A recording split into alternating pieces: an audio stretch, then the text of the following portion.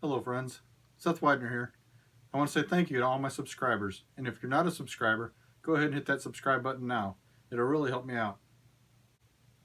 You may already know that YouTube has new requirements in order to monetize videos. Those requirements are 1,000 subscribers and 4,000 hours of watch time. I have the watch time thanks to a couple of popular videos, however I'm way short on subscribers. So please subscribe and help me out.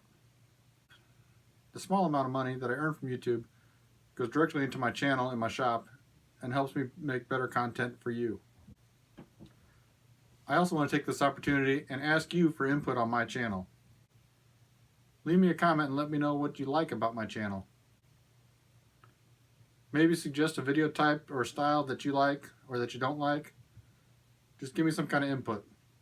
Should I talk over my videos? Do you like the time-lapse videos? Do you like the time-lapse videos with narration? Do you like more of the live videos? Maybe shorter pieces of live action? I have plans for a couple of upcoming videos that I wanted to let you know about.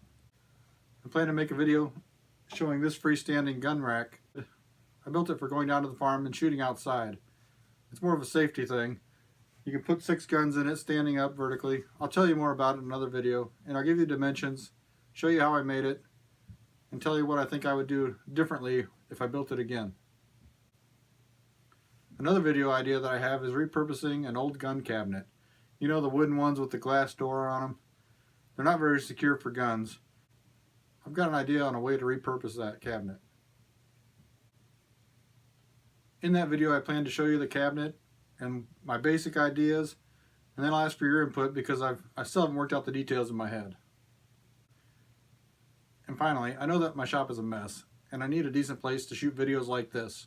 Instead of sitting here in front of these cabinets and safe, I'd like to make a backdrop in my shop with some good lighting so I can shoot better quality videos like this when I'm talking directly to the camera.